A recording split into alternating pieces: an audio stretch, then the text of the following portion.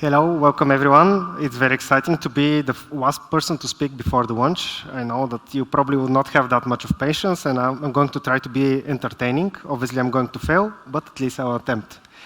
So, as Joanna said, I have diverse knowledge. I've been very diverse roles in my career, and I do believe that being positioned like that actually allows me to connect the dots and seek some kind of correlations and try to really speak of what we are faced with and try to speculate how we actually should react to it so that we are really the ones that are adapted and performing well under new circumstances. So my name is Boris Strandjev, and I'm currently a CEO of a company called Qualifast, in which we focus on building startup solutions from scratch for clients of ours. But what we actually do is employ as much of efficiency, automation, and smartness as possible when we go along the process. I've been, as Joanna said, involved in multiple communities, and I'm proud of that. I've been also organizing some of them. Now I'm just a plain member in a couple of communities revolving around startups, and also being a manager of big organizations. And the fact is that currently, because of my position in Qualifast, I'm actually also acting as a CTO in multiple products in different stages of their lives.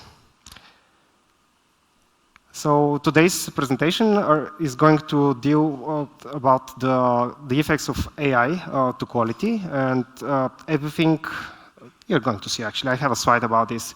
The presentation is structured in several sections. The first one is going to present the context of the whole thing we're speaking about. Then we're going to speak about what are the things in modern times. And then I'm going to also present what are the opportunities that are happening in this era of AI. So the presentation context starts with who I am and what I do. The presentation context is going to be, let's say, mainly focused on start from scratch startups, because I currently operate in there.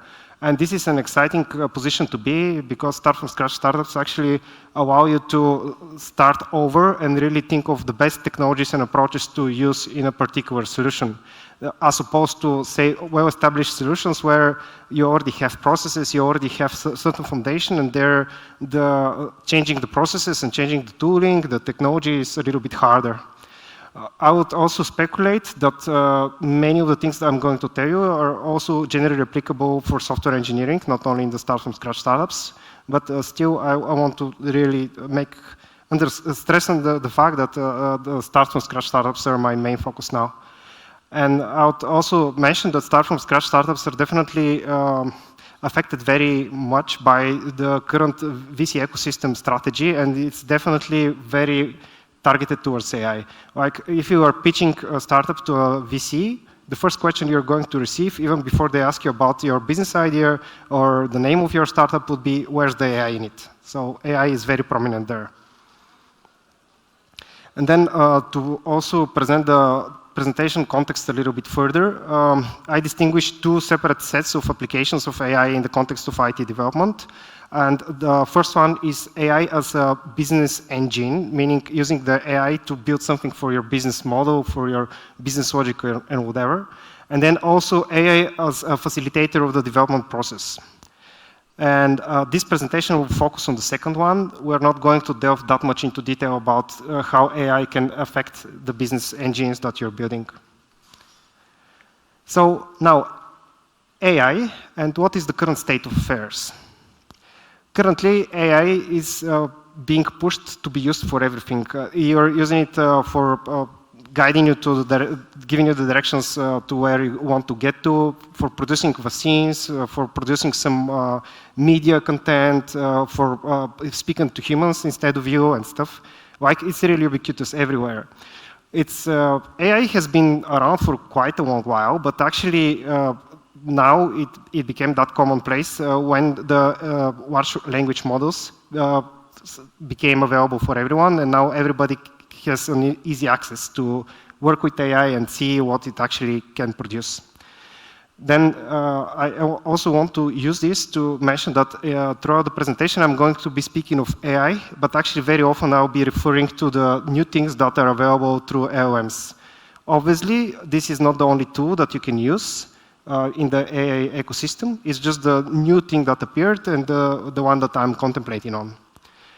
And then with the fact that AI became that commonplace and the fact that VCs are pushing very much for AI, I would say that certain organizations have taken the AI hype to the very extreme, and they've probably even passed let's say the border of sensibility.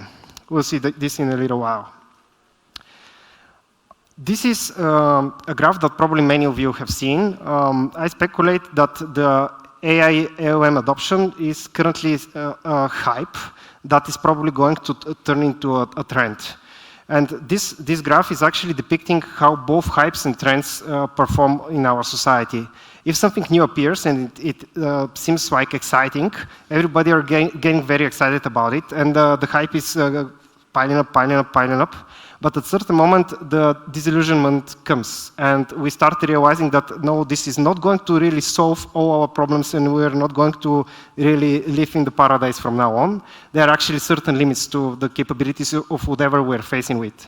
And then in certain cases, this turns out to be complete disillusionment, and it turns out that the thing that we so firmly believed in is actually not having any real grounds in the world, and it's just disappearing.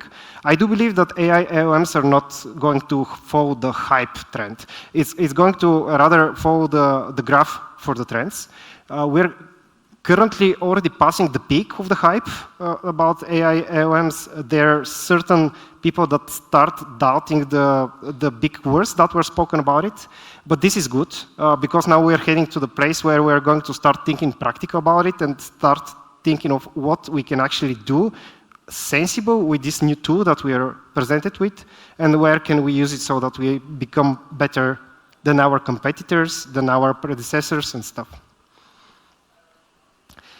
And this is the graph that I promised to show you, the over-adoption of AI. I do believe that in every single case, be it software engineering or whatever, AI AOM adoption, as everything, actually has certain saturation. Beyond it, actually, if you use AI AOMs, you're going to make your organization worse rather than better. I also do believe that almost every single organization or task can be facilitated or effectivized a little with AOMs and AI, especially if you're doing the things that really can be improved with this. And I've drawn this graph just to show you that if you're not intending to use any AI, probably you're not going to receive the greatest outcomes. But then as you steadily start adopting AI, you're also about to pass a peak, after which you're going to start diminishing the value of what you're doing. And eventually, you're probably going to doom your organization if you're so keen on having AI for the sake of it and not really thinking of where it is actually applicable or not. And this is actually deviating between organizations. The graph doesn't always go like that. Sometimes it goes like that. So it can be very little of AI can contribute to you. Sometimes it might be more, but it's always you have to hit a limit, and then beyond it, you have to be sensible and start thinking of other approaches that can actually improve your business.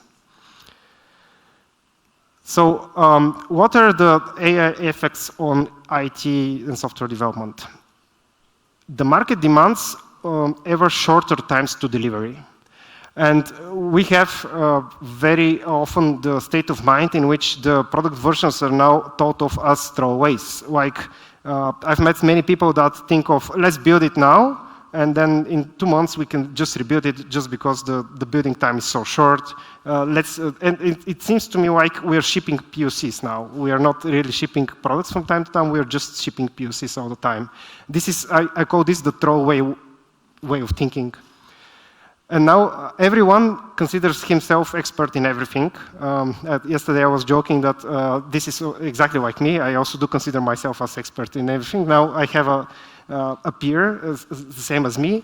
AI really can advise you everywhere. And now, even if you speak with the people that don't have any technical background or whatever, now they do believe they understand technological implementation. They do believe they can challenge your assessment, your approach, or whatever. And that goes with everything. It can also go probably to doctors and surgeries. Everywhere in our world, it actually goes the same way. And probably you've already observed it today multiple times in the presentations, but it's not the only conference. All the conferences are now really, really focused on speed.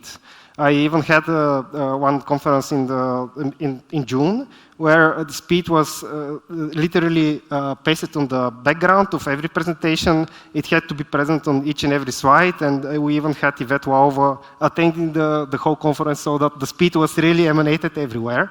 So speed is very important KPI. So important that and we also see the words like I've written it here, like speed, cutting edges, reducing time to deliver and stuff like that. We have to be very, very fast. Yvette Walva fast. So speed is the most prominent thing we can actually observe with AI. Why? Because things that we used to do completely manually, AI is producing for ourselves. And this is kind of a reverse byproduct of the sensible way of thinking. Now, because of VCs and not only because of the hype, I'm told I need to use AI. If I'm using AI, what should happen? It should be faster. So because it should be faster with AI, so being fast is actually my main goal. And now, you see, because I was projected the main goal of being fast, now, main goal of using AI, now I need to be fast. And speed is like really my target. And I have, my unpopular opinion is that this is a kind of wrong way of thinking, and we really need to focus on how we actually can do this better.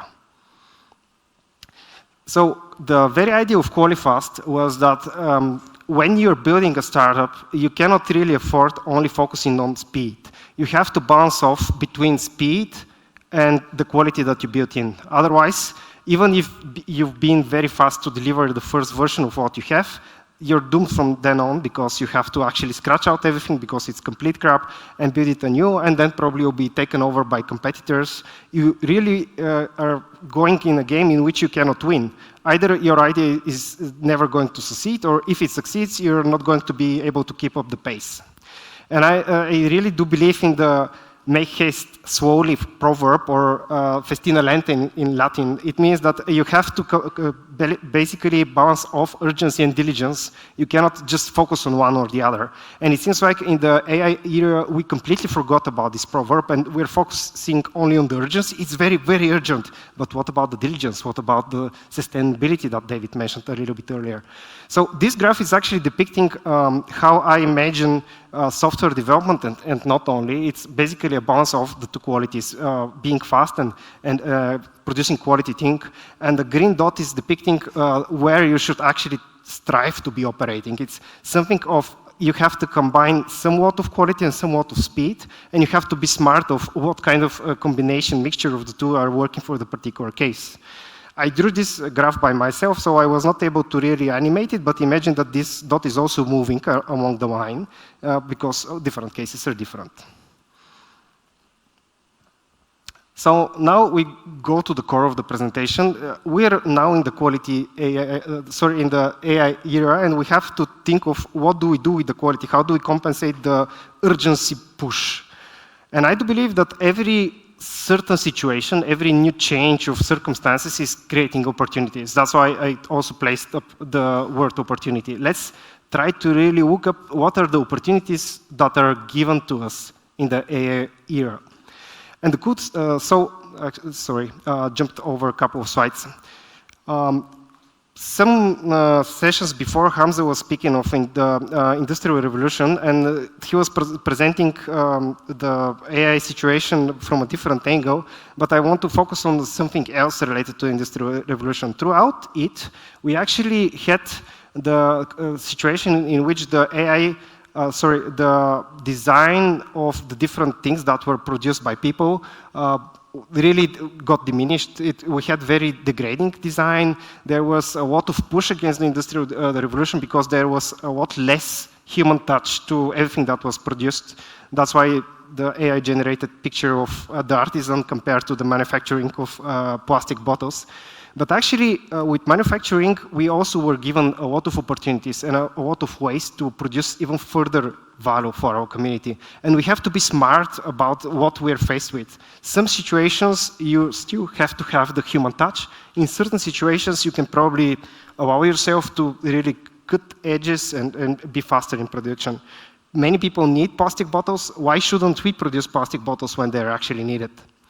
And this is also, I'm just remembering a situation in LinkedIn where there was a person who was also using an AI-generated cartoon, and there was a cartoonist below it, stop using AI-generated cartoons. Don't you see that the character is not looking in the eyes of the other character and it's a little bit not straight or whatever? And I was, okay, this is your perception, but I'm just a plain user and I really don't see the difference in value between the two. The fact is that with the Industrial Revolution, the whole society became a little bit more stupid. It's kind of lowered its perception of quality. And this is actually good for society because it seems like the spurious quality was never needed. And probably that will also go with the AI revolution, and we should also be smart about our expectations and in certain situations lower our quality to what is actually making sense and producing real value, not something beyond that. So what are our opportunities? Basically, the opportunities that I'm going to present are going to start using the same weapon that created our dire situation or our crisis in a way that will also facilitate improved quality. And you'll notice that the structure of this part of the presentation is quite matching what David just before me was using, projecting from different perspectives of different roles, but it's going to be dealing with other aspects that I'm going to be focusing on. So we'll be looking at the opportunities for different roles in the software development lifecycle.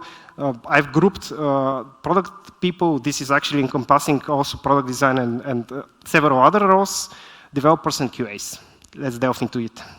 So for the product people, we have several things that are improved or changed with the AI capabilities and can be, and we should use these opportunities. We can create POCs using vibe coding. We can use the AI for structuring our requirements. We can use tools that are facilitating our communication. We can use it as an inspiration source, and we can get better insights using AI. And a little bit better details about each and every one. David just before me was speaking about vibe coding. I don't quite believe this is going to replace real software development, and I don't believe in completely vibe code solutions. I don't believe this should be shipped to production.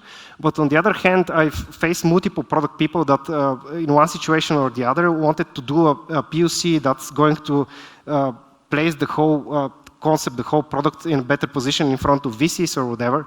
And it used to be that the product people had to go to the developers, they had to produce this POC and stuff. It was a bit cumbersome process. Now, with vibe coding, you can produce a POC that will seemingly work or work in several cases, and you'll be able to directly go and present it to the VCs without having any kind of a dependency on other people. The developers will be able to focus on the main stuff that they are building, and they would not need to bother about the POC that is either way going to be a throwaway. It's just a segue to, for example, new investment or whatever. And the fact is that with vibe coding, David explained it in a lot further details, but when you build it, you are probably not going to really understand what's going in there, probably would not be able to fix all the problems and stuff, but when it's a throwaway POC, that's totally fine. Then requirement structure. To be frank, probably I'm one of the most extremely of the people that is faced with the most extremely not structured requirements in the entire whole. Why? Because I'm speaking only with very early stage startups, people with idea, but people that don't know how to structure anything about this idea. Actually, in most cases, I'm just having a chat, verbal chat with the people that have the idea, and we start building stuff. And it used to be that we were basing our work mainly on verbal communication and probably several written steps. With the AI facility, we're actually able to take this to a lot more structured, documented, and tracked way. You can use AI to transcript your conversation. You can use it to summarize it, to structure it in tasks, and then also to track the modifications that are happening. Now, finally, even startups have some structure in their requirements, and they can really start believing you that they change their mind 5 minutes, like in the span of 5 minutes or 5 days. And this is a cool application. This is one of the main things we're experimenting building tools in. It's still not perfect, but definitely giving us a lot of improvement compared to what it used to be. Then communication facilitation, a couple of more things beyond the requirement structure. As I put it, a picture is communicating 1,000 words. Now you can generate a picture that's really communicating the main line of thought that you wanted to say. And exactly like the requirement structuring, every kind of communication can be transcribed and summarized so that people that didn't attend a particular meeting or whatever can still catch up with what happened. And another thing is that it used to be that it is totally a work of a designer to create mockups and wireframes. Now, product people that don't have designer knowledge or maybe experience, they can still try to create such just with verbal commands. And something very important when you're building a product, you should not be thinking of it as a single instance and single iteration of work. It's actually iterative thing. You deploy to production, you monitor what's going on, and you're really planning what to do next so that you really match expectations and what people are doing. With AI, you're really able to explore a lot better what people are doing to get insights of interactions and stuff, and really plan what is actually sensible for your product.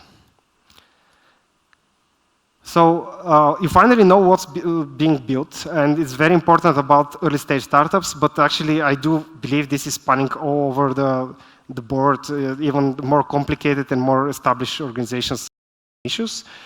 And you can have your own transcriber and librarian now. These are automated, they're not real human beings. In some cases, you're independent and self-sufficient. This is with an asterisk, just because these are in certain situations that you would not plan to ship this to the production or whatever. And the decisions you take about the product are a lot better funded as arguments. Oops. So now we have the developer's perspective. Several things related to what the developers are seeing has changed in the AI era.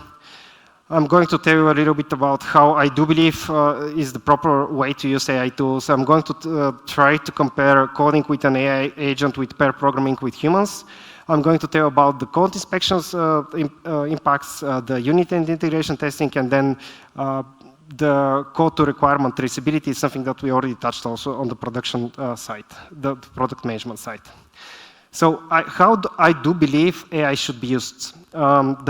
So let's go with the positive, and then we'll go to the negative. AI should be used to really automate some boring stuff that does not require too much of thinking.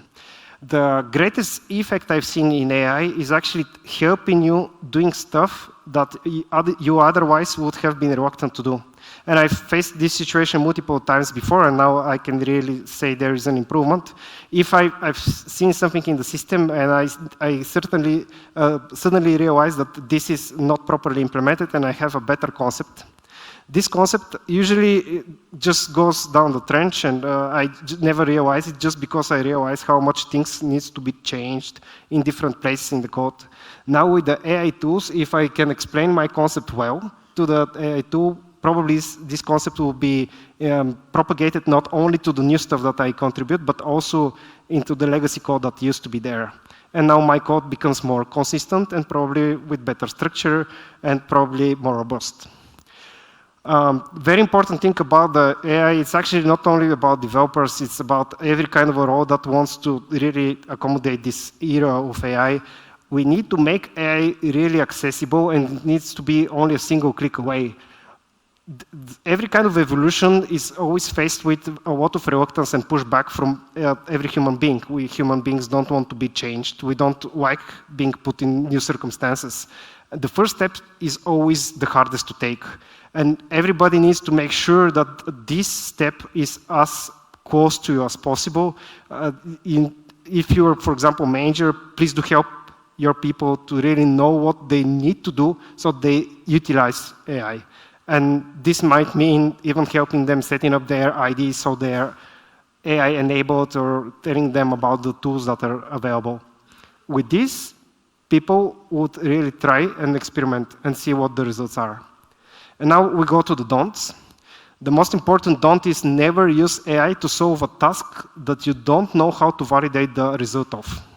And David also touched this, but the fact is that AI is never producing anything of a value if you hope it's going to do the stuff and you're just going to ship it without ever understanding what it did. This failed me all the times, not me, because I've never done it, obviously I'm a smart guy. Other people that were hoping on AI building stuff for them, shipping something that they actually never understood the assignment of. For example, building stuff in technology that they never cared to understand, or building a requirement that they never understood the actual requirement of. So if you don't know how to validate the task, you definitely should ask until you understand. It used to be the case, now it's still the case. You cannot rely on the AI to segue this one. Also, AI is not an excuse for not learning and not getting more knowledge. You should have this knowledge. AI is not going to be a replacement of you getting more intelligent and more expert in the things that you're doing. Now the pair programming metaphor that appeared in my mind when I was preparing the presentation, actually it feels like pair programming, but it's not. If you compare the attributes and the characteristics of human-to-human pair programming to human-to-AI pair programming, you'll see that actually it's completely exhibiting different attributes. The only thing that you benefit when you're working with an AI peer or whatever is increased velocity. On the quality side, AI probably would know more features of the frameworks that you're using than you, and it might suggest new solutions that might be useful for you. On the other hand, every time that I've been faced with AI-produced modules, I will say that the architecture is subpar compared to real expert architects. So these two kind of balance off each other. The fewer bugs, it has an asterisk just because it depends on how you actually use the AI. If you rely on the AI to be the main coder and you're the observer and putting in some inputs, there are going to be more bugs. But if you're the main coder and use AI to monitor what you're doing and suggest where problems are, this is actually going to improve the quality of what you do. So this one depends on your approach to using AI for AI-facilitated coding. And the two maybe most important things about pair programming, this is the knowledge sharing and transfer of knowledge around the organization. These are completely non-present when you're pair programming with an AI agent, because not a single other member of your team is involved in the thing. And this needs to be stressed for and work on. Code inspection, this is basically a practice in which you're improving the quality of what you do, and AI facilitates in multiple ways. It can help you orientate in the code, find problems, patterns, and stuff. And unit and integration testing, I'm a developer, and I can tell you that developers are very reluctant to write tests. Only if they're pressed to, they do. And now AI helps me do the thing that I was reluctant to do, basically bootstrap test suites, create some test cases. Obviously, I still need to revise, but at least I'm having some partner to help me start off with this one. And the requirement traceability we already covered in the product management. Also, it can basically track everything that you change, also hot fixes, you have better traceability of all changes. So for the dev summary, we saw what's the right approach to using AI. By the way, this is not only for developers, it's for any kind of a role. And then we mentioned several other areas that AI can improve. And the last perspective, the QA's perspective, we have the market misconceptions and a couple of areas of testing that are affected by AI. Please note the AI-generated picture here. When I was generating it, I wanted to really represent that AI facilitates testing, but then I realized, no, this is depicting already QAing even before AI, right? Because automation is native for QAs. So the market misconceptions, and this is a thing that I'm faced with every day, because of the push for the speed, people are very often really forced to cut edges, and very often they tell me we don't need to include QA. Also, because of the throwaway kind of thinking, they're telling me, but this is going to be thrown away either way in 2 months. Why should we QA at all? We don't need to test. And then the expert in everything doesn't help us either. They tell me, now I can QA myself because I'm expert in everything. With this, to be frank, although the AI era creates the greatest possible need for QAing, there is the lowest possible demand for it. And this actually forces me to very often hide the QAing in different roles, different kind of perspectives, just so that I know they're needed, but they really cannot be sold like they used to be before. Now, several QA practices I covered with what AI can actually help. When we're speaking of functional testing, only about black box testing, AI can help us identify better selectors, help us do some kind of testing that used to be a lot harder, for example, canvas image comparison insertions. It can help us do responsive UI testing better because of better understanding of semantics. And we can also have AI generating test cases for us, but this is still exhibiting the same things like developer code being generated by AI. The architecture is a little bit poor, and it probably would not be that easy to maintain and reuse. If you build in the proper architectural patterns, this can be significantly improved. On the performance, load testing, David already mentioned it just before me. Performance testing is one of the topics that actually is increased in interest just because of the AI era. Business owners are very often considerate of the fact that if you're AI coding your solution, probably it would not be performing that well. So this one, they're ready to accommodate. The fact is that load testing and performance testing you can do a little bit better just because AI facilitation helps you mimic the user behavior more closely. And then you can write even more tests for the load testing. The security penetration tests are the topic that are of the highest interest after the AI started being introduced for coding solutions. And the fact is that it can also benefit from AI. You can track, you can basically do black box penetration testing even better with AI. And you can even use AI to extract adversary user behavior based on logs and what's going on a lot better. Vibe testing. David's presentation just before me already proves that this is just emerging term and it doesn't quite have a single definition yet. The understanding of vibe testing, according to me, is testing that's still using the vibe coding techniques, but is focused on the perception and the emotional experience for our users, meaning feeling of smoothness, feeling of this feeling right and consistent with everything on our system. And this is just emerging term. There are a couple of tools related to that, especially using LLMs, that are going to help you understand what's the vibe that your users are feeling. And obviously the report and defect tracking. This is quite a necessity when you're doing QAing. If you don't track what you've done, you basically didn't do anything, but it's also cumbersome, takes time. With AI, you can actually automate this. Very often, you can just, with a couple of words, instruct a certain bot to create the proper defects with all the facets needed for the defect, trace to requirements and stuff. It's cool that this kind of boring stuff is automated. So the summary for the QA, we can facilitate many practices related to testing. The fact that automation is native to QA, I already mentioned when we saw the picture.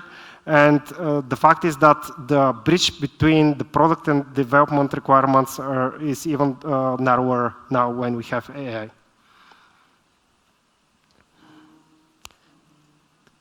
Being fast, sorry, in the end of the presentation, seeing that my time is going away. The conclusion, quality the AI way. So in order to have to adapt to the AI era, you have to really understand that nothing should be considered outside your capability. You cannot just put up with the fact you cannot understand AI and not use it. Basically, with this, you'll be dragging behind the other people. You have to always keep an eye on what can be done better and where you can actually improve with the new tooling that you have, and AI is one example of this.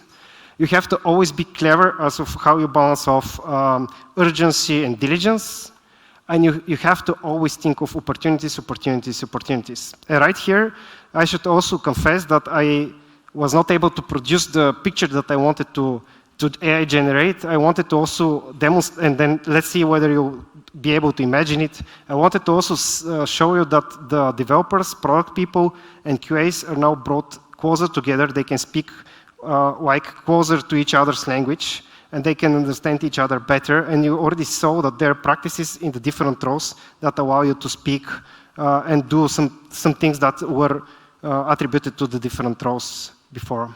And the end of the presentation actually goes with this one. The title is actually not exactly the proper one. It should be the satisfied with life attitude. So it's true about this presentation, but it's true about everything you have in life. You have to be ready to adopt the new stuff. You have to not be scared of anything, and you have to accommodate and seek opportunities, opportunities, opportunities. Thank you.